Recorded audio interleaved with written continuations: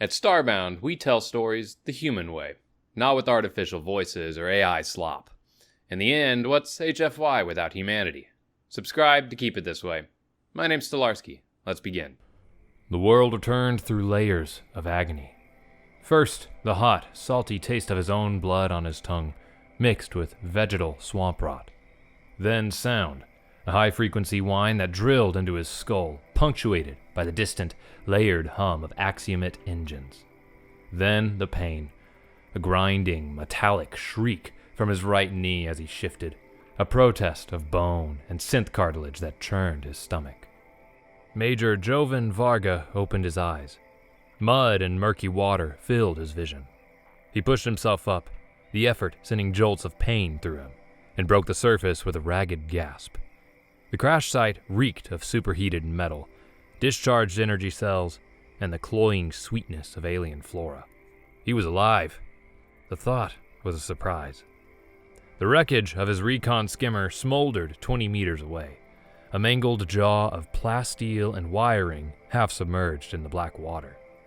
A volley from the canopy sliced their vehicle from the sky before they could even register the threat. He squeezed his eyes shut. 19 people under his command. He'd lost them. He took stock. He'd lost his rifle. His sidearm, a kinetic slug pistol, remained holstered, its grip slick with mud. A combat knife remained strapped to his chest rig.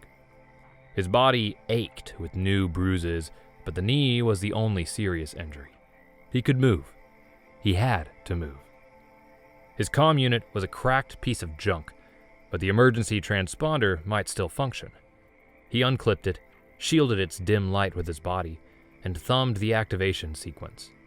He sent a single encrypted data burst. A click. A ghost pulse. A flicker only a friendly receiver on the right frequency could catch.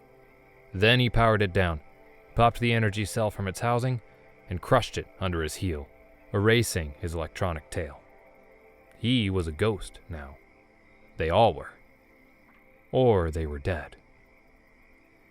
The rally point was a colossal, hollowed-out tree that the locals, according to the initial survey, called a sky root. Its petrified bark felt like cold stone under his fingertips. Varga slipped inside the cavernous interior, gripping a pistol that felt like a toy, and waited.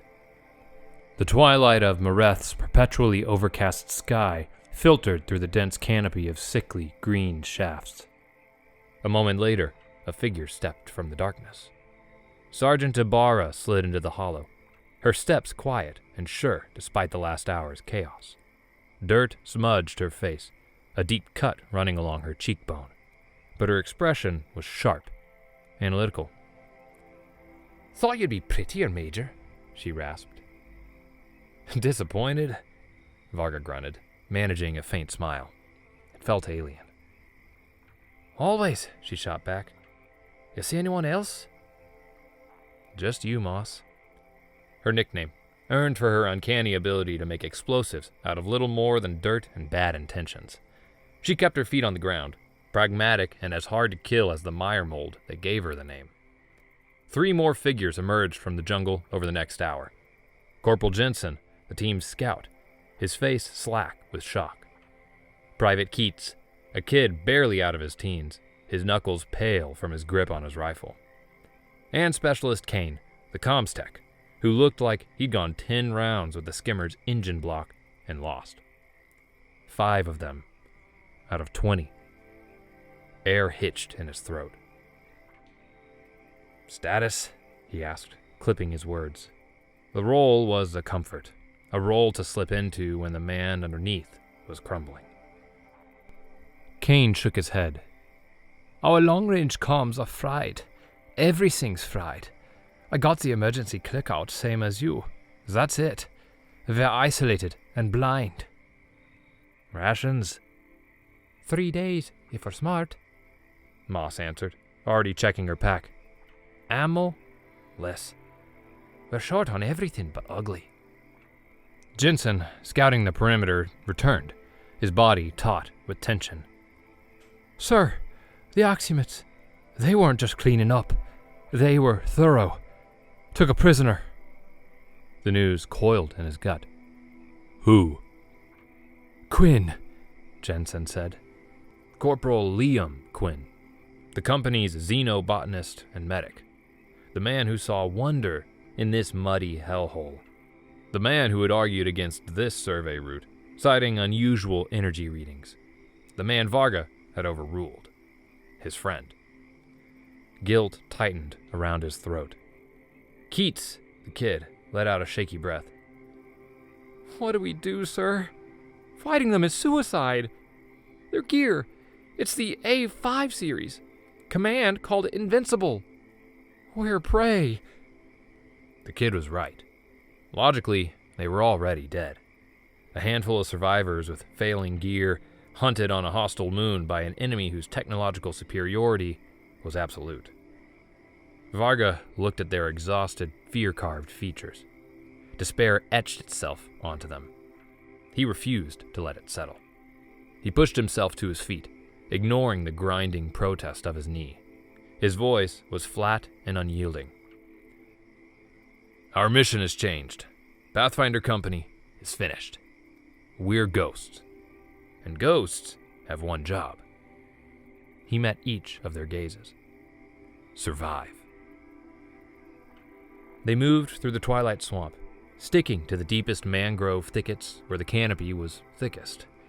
The humid air tasted of rot and green life. Strange, phosphorescent spore clusters pulsed with cold blue light, their rhythm slowing in a passing patrol's wake. A silent alarm. Jensen, up front, froze. He held up a fist.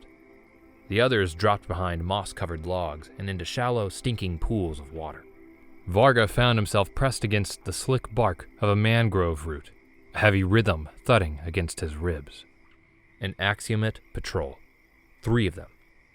They moved with predatory economy, their towering, digititrade bodies parting the undergrowth with ease. Their articulated armor plates, the color of polished mahogany, gleamed in the faint light. 3 gimbaled lenses on each of their smooth, armored heads swiveled independently, scanning, processing, analyzing. 1 lens tracked the canopy, 1 the ground, 1 the space between. Varga held his breath. The proximity of their sensors raised a static charge against his skin, an invisible pressure. They scanned, dissected, and quantified. Keats' words echoed in his mind.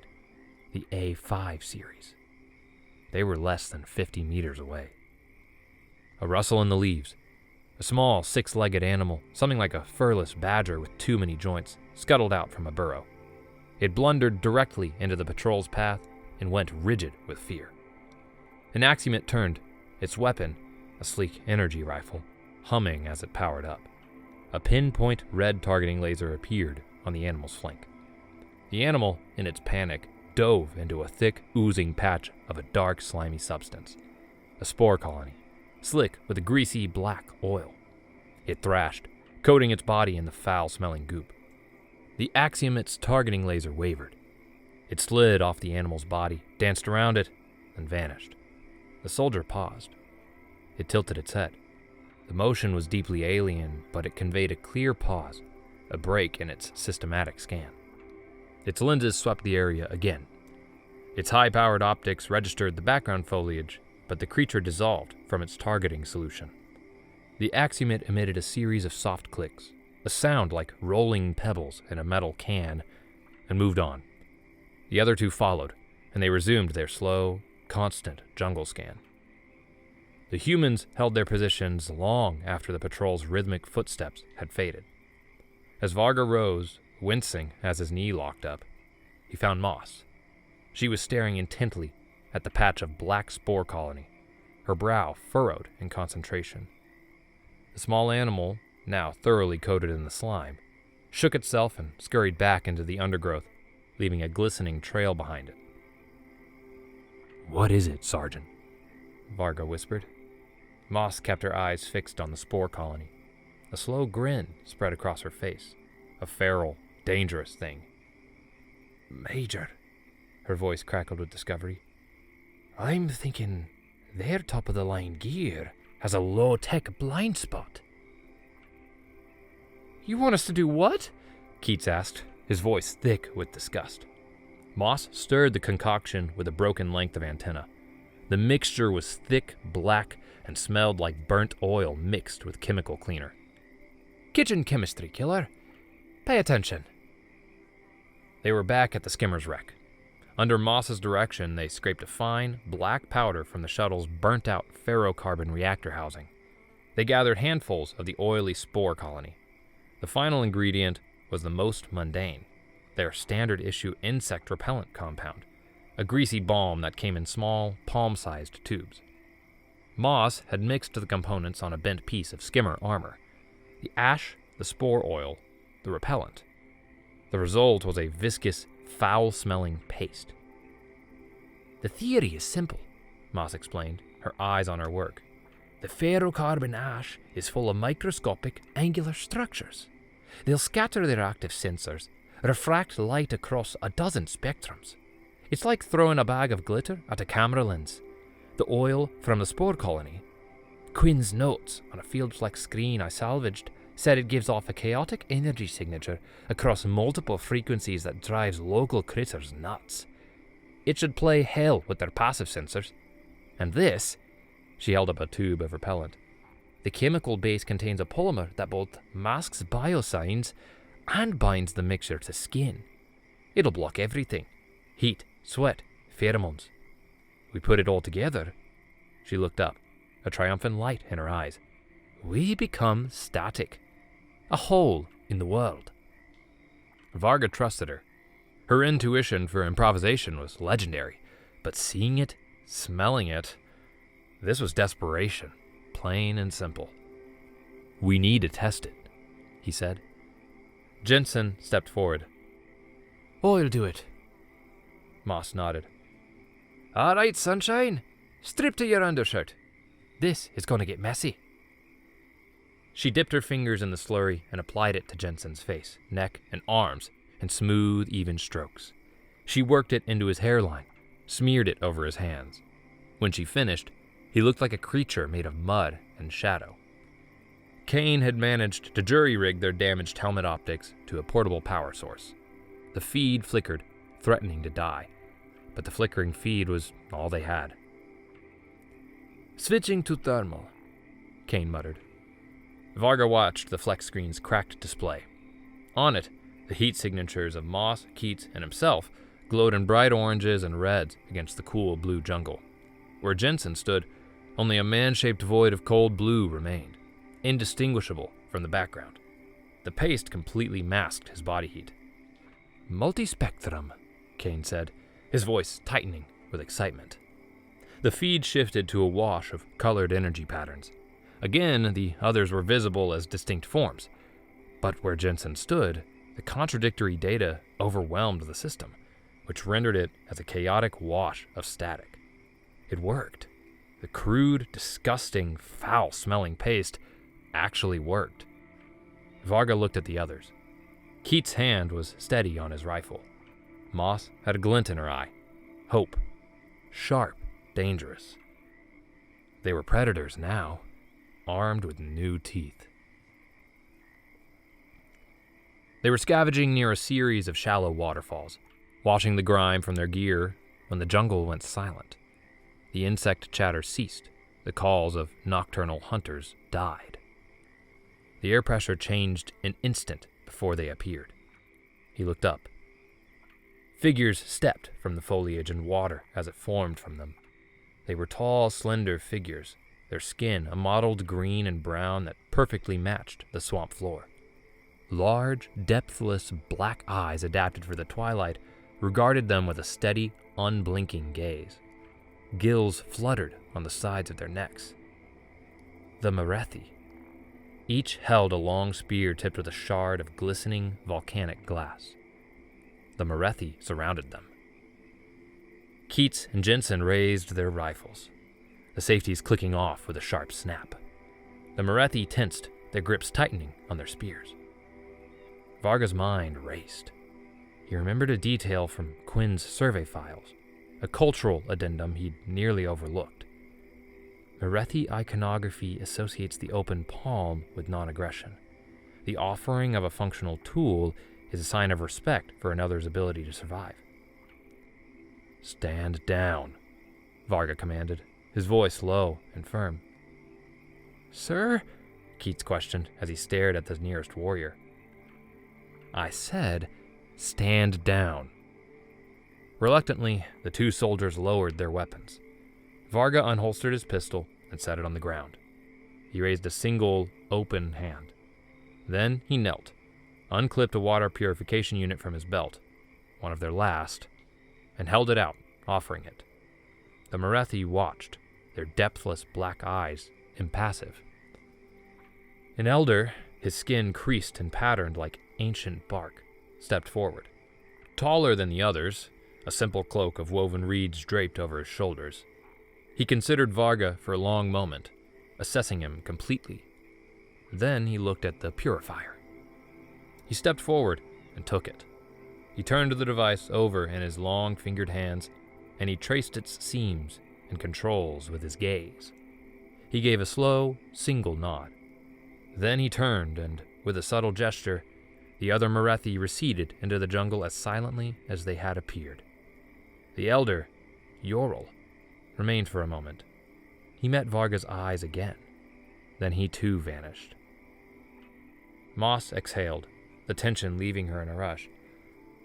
"Well, that was fun. New friends?" "Maybe," Varga said, getting to his feet and picking up his rifle.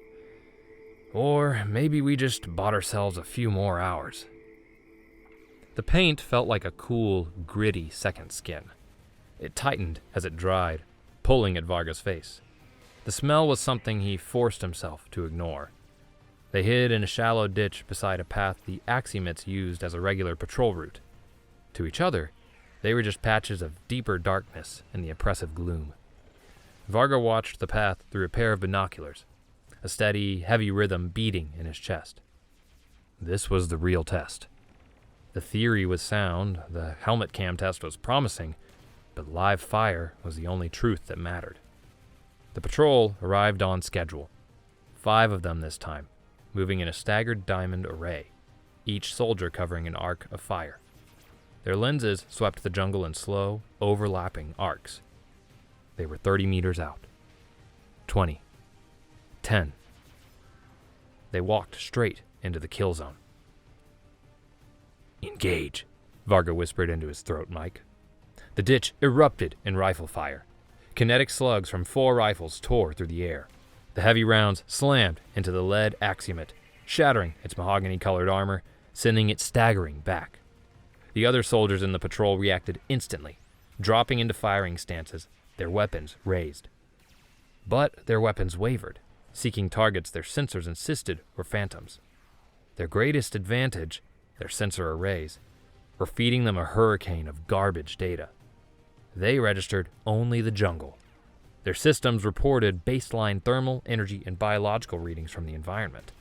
They fired wildly, beams of coherent light lancing through the trees, incinerating ferns and vaporizing mud, but striking empty air and foliage.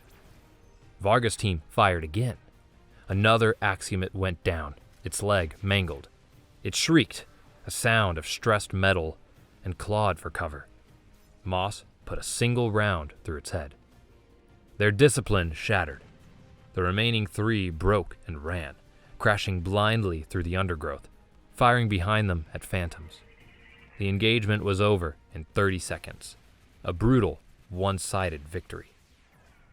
"Withdraw," Varga ordered. "Now!" They slipped away, leaving the 2 downed Axiomates behind. As they moved, Kane, who had jury-rigged a listening device to the Axiomate comm frequency, held up a hand, his eyes wide. He tapped his helmet, patching the audio through to the squad. "Sir, it's mostly static," Kane's voice crackled over the comms. "But I'm getting fragments punching through the noise." A panicked voice, filtered through a crude, real-time translation algorithm, filled their ears. The Axiomate language was a series of clicks and guttural stops, but the translator did its best. "Gone. They're just gone. Ghosts. Sensors are garbage. Everything's flatlined." Another transmission, higher pitched with panic, cut in. The translator struggled with the syntax, scrolling through phonetic approximations across the bottom of their helmet displays, before settling on a rough, colloquial interpretation. They are ghosts. Readings are null. What the hell is wrong with human soldiers? A third voice, almost a scream, replied. Target's null signature. Visual anomaly only. It's like they have paint on their face. A surge of fierce, defiant triumph passed between them. Moss grinned, a flash of white in her blackened face. The painted war had begun. Legate Rahir observed the after-action report on the main command barge's holoscreen. The data streams were pristine, the tactical overlays exact, yet the information they conveyed was an offense against logic. His subordinate, a cohort commander named Cleese, delivered the summary, his upper pair of manipulators gesturing erratically while the lower pair clenched and unclenched at his sides. They were phantoms, Legate. Our sensors registered incoming fire, but the source remained occluded. The survivors speak of demons rising from the mud. We should vitrify the quadrant, Legate, Cleese proposed, aggression sharpening his tone. Erase the anomaly. Rahir silenced him with a slow, deliberate turn of his head. His central lens, a disc of polished jet, its aperture contracted. Cleese immediately ceased his emotive display, his posture becoming rigid and formal. A wasteful solution that yields only ignorance, Commander. Rahir's voice was a low, toneless thrum from his vocalizer. Demons are a tactical fiction. Show me the engagement logs. Columns of code and energy spectrums scrolled across the holoscreen. Rahir studied them. Phantom signals, ghosted heat signatures. The targeting data was a void where combatants should be. The impossibility of it fascinated him. He considered and discarded the possibility of a high-end technological cloaking device. The energy signature for such a system would be immense, a beacon in the electromagnetic spectrum. This was something else, something crude. The crudity fascinated him more than any advanced technology would have. The Axiomet pragmatics had cataloged 18 distinct forms of stealth technology. This method was absent from their archives. This was a blank spot on the canvas. An environmental countermeasure, he concluded aloud. The humans had found something in this foul jungle, this chaotic mess of biology, and weaponized it. They had used the illogical environment to attack his logical systems. A flicker of what his culture labeled inefficient sparked in him. Intellectual hunger. For the first time on this campaign, he faced a novel challenge. His new orders: double the patrols, move them in overlapping patterns designed to counter close-range ambushes, and retune sensor arrays to focus on acoustic and seismic detection as primary, with optics as a secondary confirmation. He would force the humans to change their methods, and in that change, they would reveal themselves. The tactical equation had shifted. He would solve for this new, illogical variable. The meeting with Yorel took place in a colossal skyroot grove. The air was still and cool, and the drip of water from the high canopy was the only sound. Varga, Moss, and Yorel sat around a low, flat stone. Varga, using a field flex screen with a rudimentary translation program, explained their situation. He presented their desperation plainly. They were few, the Axiomets hunted them, and they needed help. "We need your knowledge," his translated voice stated. "The deep swamps, the safe paths, the Axiomets will bring more hunters. They will adapt. We need to be where their machines are useless." Yorel listened, his depthless black eyes holding a deep stillness. He picked up a smooth gray stone from the ground and turned it over and over in his long fingers. When Varga finished, the Merethi elder remained silent. his attention fixed on the stone in his hands. The metal ones poison the water. Yorul's voice was a soft, guttural language, rendered into clipped formal text on Varga's flex screen. They kill the sky roots. They are a sickness in the land. You are also from outside this land. You bring your own sickness, your noise, your fire. We are different from them, Varga countered. We came to study, to learn. Now, we fight to survive. The same as you. Words are like river mist, Yorul said. They vanish in the sun. Varga understood. He had one thing of value, his expertise, his sickness. He brought up a schematic of an Axiomet resource extractor on his flex screen, a monstrous machine that drilled deep into the moon's crust. We can show you how to stop these by striking at their vulnerabilities, a more subtle path than a foolish frontal assault that leads only to death. But here, he pointed to a coolant intake valve. And here, he highlighted a power conduit junction. We can show you how to make their own machines destroy them. We can teach you a war they are unprepared for. Yorul looked at the schematic, then at Varga. His gaze was sharp, considering the human's plan. The elder placed the gray stone he held onto the map stone beneath them. The black mangrove deeps, he said. The metal ones fear it. Their walkers sink in the silt. The water chokes their engines. We will show you the paths, and you will show us how to bleed the sickness. Moss conducted a campaign of mayhem. First, guided by Morethi scouts, they took a salvaged Axiomet power cell, rigged it to a simple timer, and left it in the heart of a swamp so thick and treacherous that even the Morethi traveled there with caution. When the timer went off, the cell overloaded, creating a massive, transient heat bloom. On his command barge, Rahir saw the sudden, intense energy signature flare up on his tactical map. The bloom was the size of a downed troop carrier. He dispatched a significant Legion contingent to investigate, diverting assets from the primary search grid.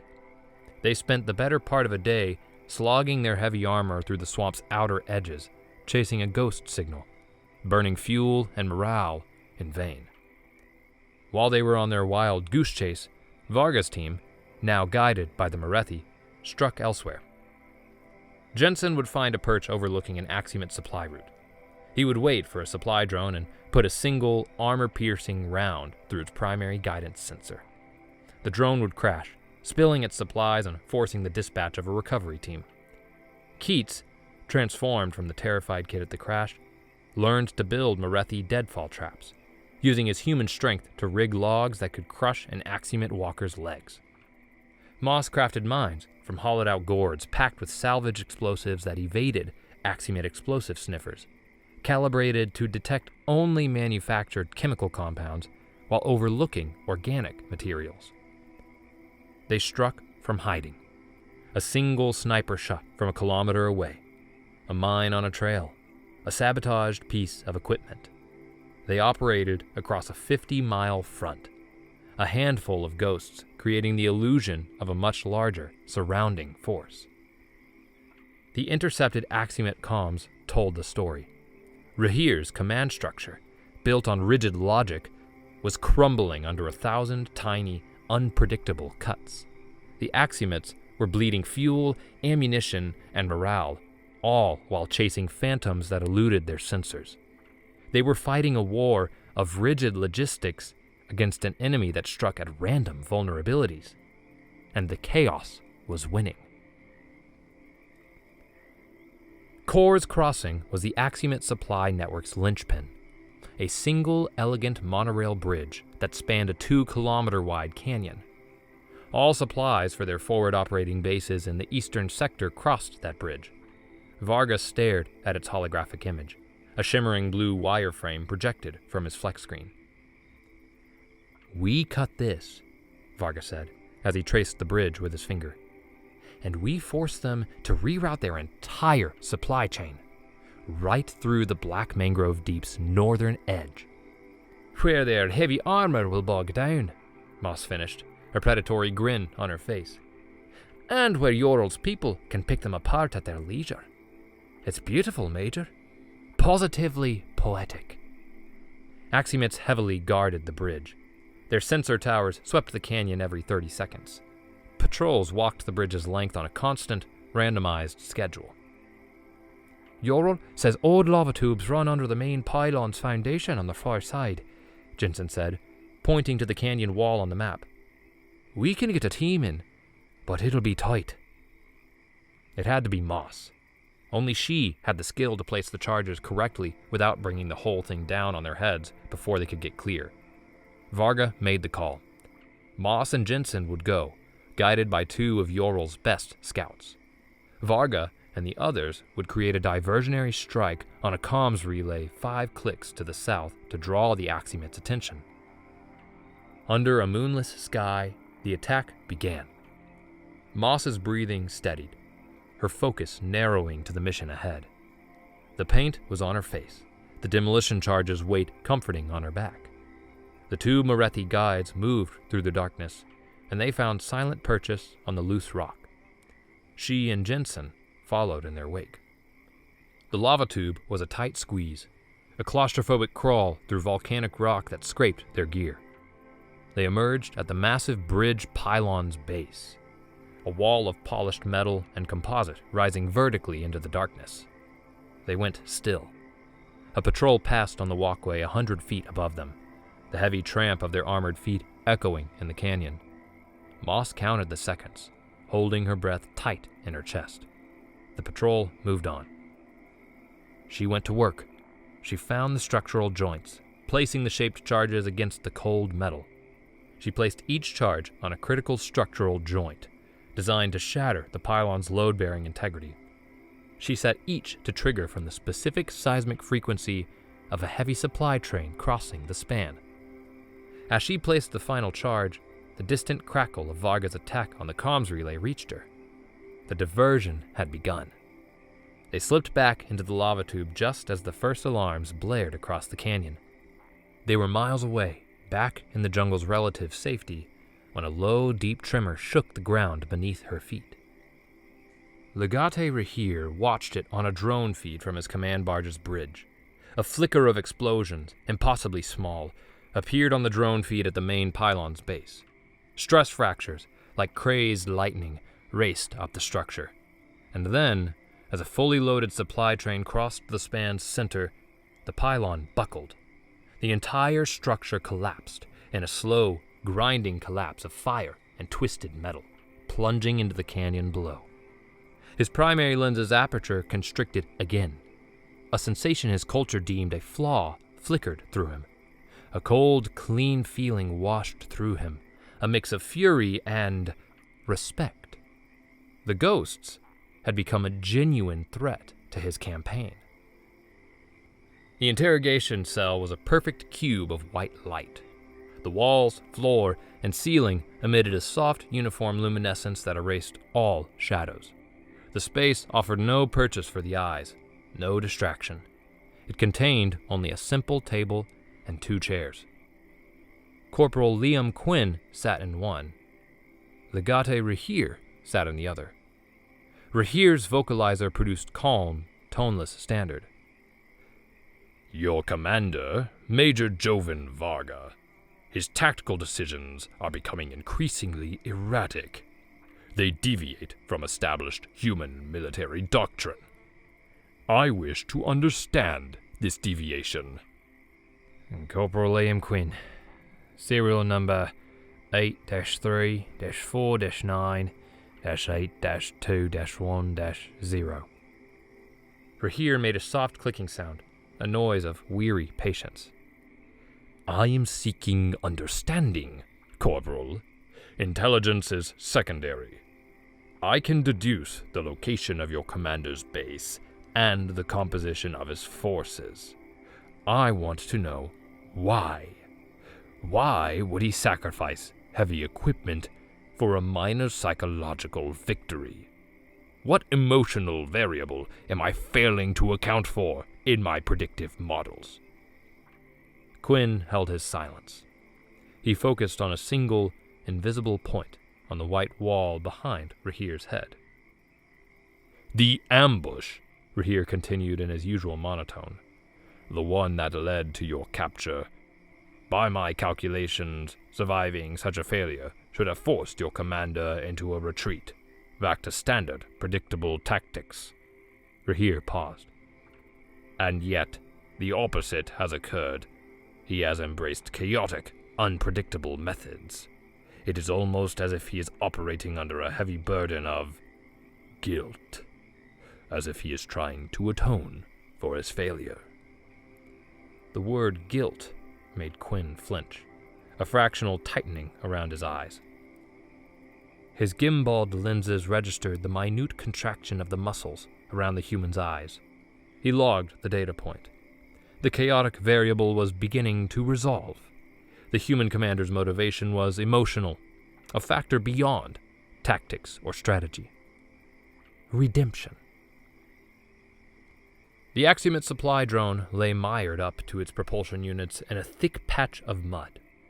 Its anti-tampering alarms were screeching, a pointless noise in the empty jungle. The humans watched it for an hour, waiting to see if a recovery team was nearby. The patrol route remained empty. Amateurs, Moss scoffed. She slid down the muddy bank, popped open a maintenance panel on the drone's chassis, snipped 2 wires, and the alarm went silent. The self-destruct sequence, which counted down on a small internal screen, halted. Get this thing back to the cave, Varga ordered. Kane, I want you and Moss to see what you can weaponize. Back in their hidden base, a deep cave system shielded by a waterfall, Moss and Kane went to work. The drone's core programming remained locked behind layers of Axiomet encryption that resisted all their attempts to crack it. But Moss was interested in the mouth rather than the brain. Their whole logistics network runs automated, she said, more to herself than to Kane, who was assisting her. A perfectly logical machine, she grinned. And machines hate illogical data. She found the drone's transponder. By physically accessing it, she could bypass the core processor. She hotwired the transponder directly to a power cell, creating a crude, unstoppable broadcast loop. An hour later, they released the drone. It lifted off, seemingly repaired, and zipped back into the Axiomet logistics grid. But now, it became a cancer. It broadcast a constant stream of corrupted, low-level data packets. The network identified them as phantom errors instead of valid reports. The persistent, nonsensical glitches caused a chain reaction of failures in the automated logistics software, which was ill-equipped to handle a crude, brute force attack. Depots began misshipping resources. The system dispatched patrols to investigate phantom inventory alerts. Moss had just taught the machine how to lie to itself. Rahir reviewed the morale reports. His manipulators tightened on the console's edge. The data was unequivocal. Combat effectiveness among ground troops had plummeted. Reports of insubordination were up. The soldiers grew spooked. He brought up a recording from a trooper's helmet cam. Stress tightened the trooper's voice as he spoke to his squad leader. They are something other than soldiers, the trooper clicked, his words translated on Rahir's screen. They come from the mud. Their movements are silent. The sensors register only ghosts. We call them the Painted Devils. The term had spread with the speed of a contagion through the ranks. Painted Devils, ghosts that haunted the jungle. The superstition, the illogical fear, was a greater threat than the humans themselves. The failure of discipline, the failure of logic. His own troops were succumbing to the same unpredictability the humans wielded as a weapon. He had to dissect the myth. He needed a specimen. He needed to capture one of them in the field, with the paint on their face, and take them apart, physically, tactically, psychologically. He needed to show his troops they were just flesh and blood. He changed his tactics. He pulled his forces back, ceding territory. He consolidated his legion around the command barge, which now sat anchored in the Great Mereth's river center.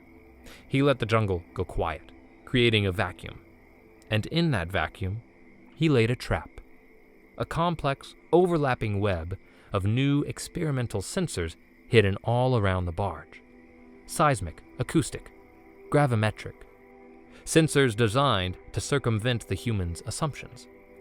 He would make them come to him. He had the bait, after all. Corporal Quinn, the commander's guilt. The most logical trap he had ever conceived. Varga drew the map in the mud on the cave floor. Sticks and stones represented axiomate positions. Varga, Moss, and Yorl huddled around it. A Merethi scout had just returned, his skin still slick with river water. His report was clear. The axiomates were consolidating. Nearly all their forces had concentrated in a 5-kilometer radius around the command barge. The axiomates held Quinn there. "They are waiting for us," Varga said. "It's a trap." "A big, obvious one," Moss agreed. "Rahir's getting arrogant." Yorl pointed a long finger at the sky beyond the cave mouth. The air grew heavy and humid, the sky taking on a bruised, purple hue. "The sky tear comes," he said. The translation on Varga's flex screen read, "Planet-wide monsoon." 2 days. The river will swell. The sky will be blind. Varga looked at Moss. An audacious, suicidal idea sparked. The same thought ignited in her expression. "The storm will blind their long-range sensors," Varga began, thinking aloud. "The river will be a churning mess of sound and pressure changes. It would mask an underwater approach." "We'd need the diving gear," Moss said. "Our rebreathers are short duration." "We can salvage the emergency units from the skimmer's escape pods. They'll give us an hour, maybe more," Varga countered. He looked at Moss. "And if we coat the gear, the gill suits." "Painted divers," Moss breathed, the audacity of it dawning on her. "Cloaked underwater infiltration during the biggest storm of the year. We'd be a school of ghosts." "It's our only shot," Varga said. He looked at the faces of his remaining soldiers. Jensen, Keats, Kane. Just the 3 of them left, besides himself and Moss. Their faces showed the scars of exhaustion, their bodies thin from meager rations. But they met his gaze with hard resolve. They were ready. He looked at Yorl. "I will need your best warriors, those who know the river's currents, even in a storm." Yorl gave a single, solemn nod. "The painted devils will swim with the river's children." Varga stood. "We hit the barge on the first night of the storm." The order settled over them. A fact. The sky tear descended. The sky, which was a bruised purple for days, broke open. The rain came as a solid wall of water, a percussive roar that filled the world and shook the ground. The jungle floor transformed into a rushing, muddy stream. Varga gathered his small force at the river's edge. His 3 remaining soldiers, Jensen, Keats, and Kane, and 10 Merethi warriors, their mottled skin glistening in the gloom. They all smeared themselves with the black, gritty paint. Their salvaged rebreathers hissed, a sound almost swallowed by the storm's deluge. Varga met each of their gazes. Their faces were set, their hands steady on their weapons. He clasped Moss's shoulder. She met his eyes and nodded once. "Let's go get our people," he said, his voice a low rumble beneath the monsoon's roar. They slipped into the raging river. The cold was a violent shock, stealing his breath. The current was a brutal force, tearing at them, tugging at them, pulling them under and dashing them against submerged rocks. They were dark shapes in the churning, muddy water, contesting every inch of their advance toward the distant, hazy lights of the Axiomate command barge. They reached the barge, a dark metal citadel looming in the storm, a bastion of order in a world of storm-driven fury, its hull bristling with sensor pods and weapon emplacements that the torrential rain lashed. They swam beneath it into the deep, dark water of the river's channel. Here, the storm's fury muted, replaced by the deep, thrumming vibration of the barge's massive engines. They clung to the hull, small barnacles on the flank of a leviathan. Moss produced a small, circular device, a chemical charge designed to silently eat through the barge's metal skin. She pressed it against a maintenance hatch on the underbelly. It hissed, a sound swallowed by the engine's thrum, and a perfect circle of metal dissolved into sludge. One by one, they slipped inside, into the dark, humid service corridors of the barge's bilge. Inside his command center, high above the storm, Legate Rahir noted an anomaly. The reading was a flicker, a pressure change in bilge compartment 8 so small the system flagged and almost dismissed it as a sensor noise. The data point, a single loose thread in the perfect tapestry, snagged his attention. He dispatched a security team to investigate the minor pressure variance. Logic demanded he account for all deviations. The first Axiomate they met in the narrow corridor died before its weapon was halfway up. A Merethi warrior lunged, driving his volcanic glass blade into the joint between the Axiomate's neck and torso. The alien collapsed silently. They fought upward through confined metal spaces that played hell with the Axiomate's sensors, the signals bouncing off the walls, creating a hall of mirrors for their systems. The paint made the humans and Merethi shifting ghosts to their targeting systems. They moved deck by deck, a tide of silent, painted violence. The Axiomates adapted. They laid down suppressing fire, filling corridors with indiscriminate energy blasts. Kane went down, catching a blast that vaporized the wall he was using for cover. He bought them 5 meters of corridor with his life. Keats fell next, holding a junction point by himself while the rest of the team bypassed a sealed door. He took 3 Axiomates with him before they overwhelmed him. Jensen laid down suppressing fire, covering Varga and Moss as they breached the door to the brig with a shaped charge. Varga shoved the grief down, turning it to fuel, and kept moving. The room was a sterile white cube. A sharp intake of breath. The white cube. He'd imagined this room 1,000 times. And Quinn was there. He was gaunt, his face bruised, but he was alive. He looked up as the door blew inward, his eyes widening in disbelief. Varga and Quinn clasped forearms, a hard, desperate grip that said more than words could. They had seconds. Moss and Jensen stood guard at the door, their rifles scanning the corridor. Then the alarms blared. The entire barge screamed to life.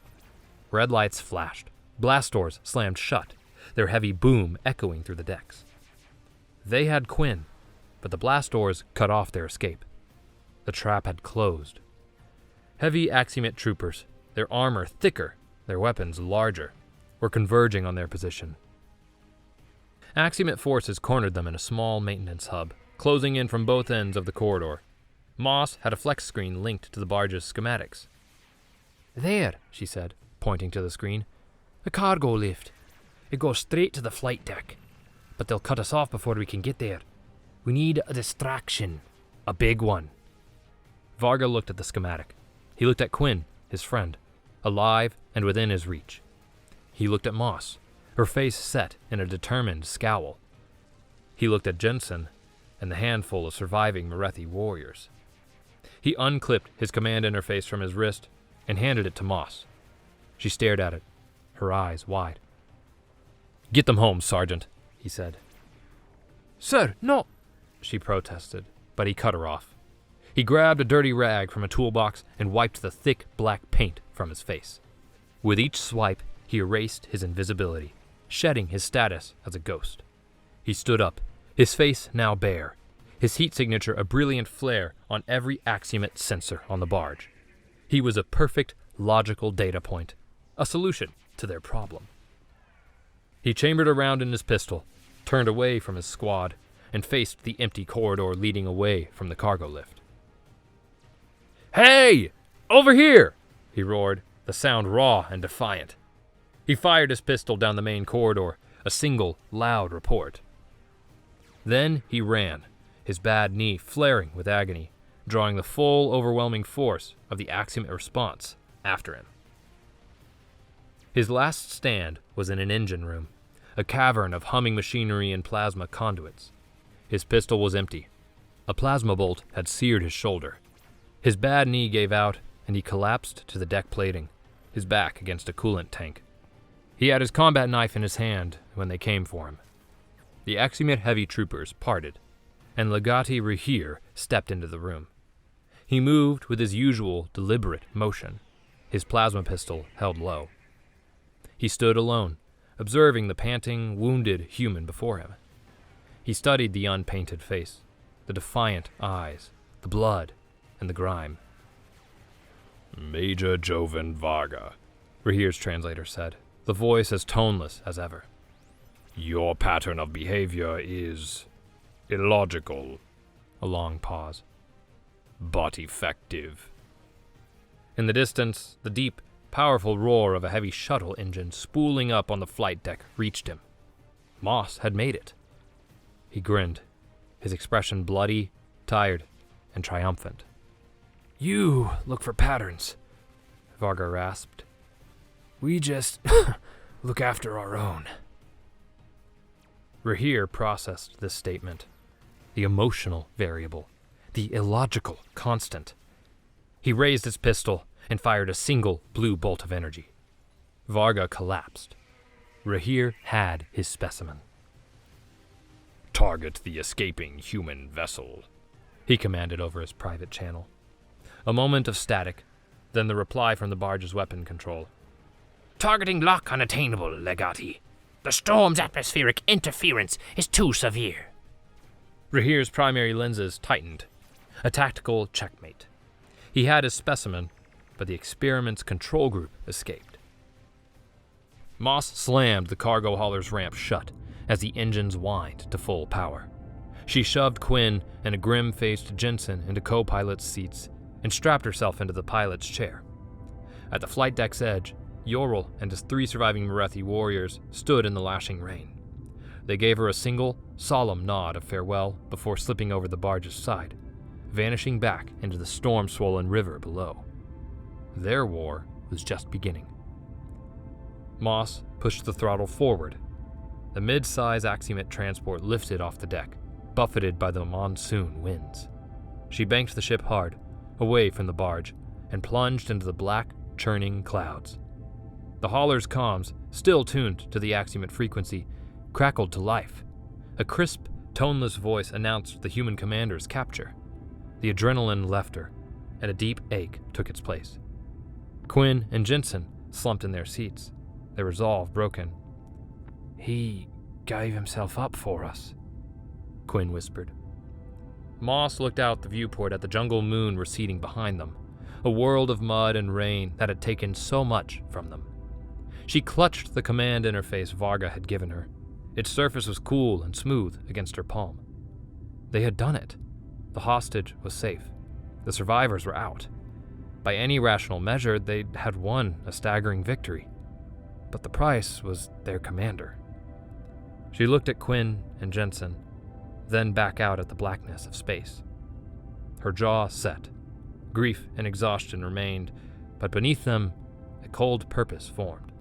The command interface in her hand was heavy with responsibility. A promise.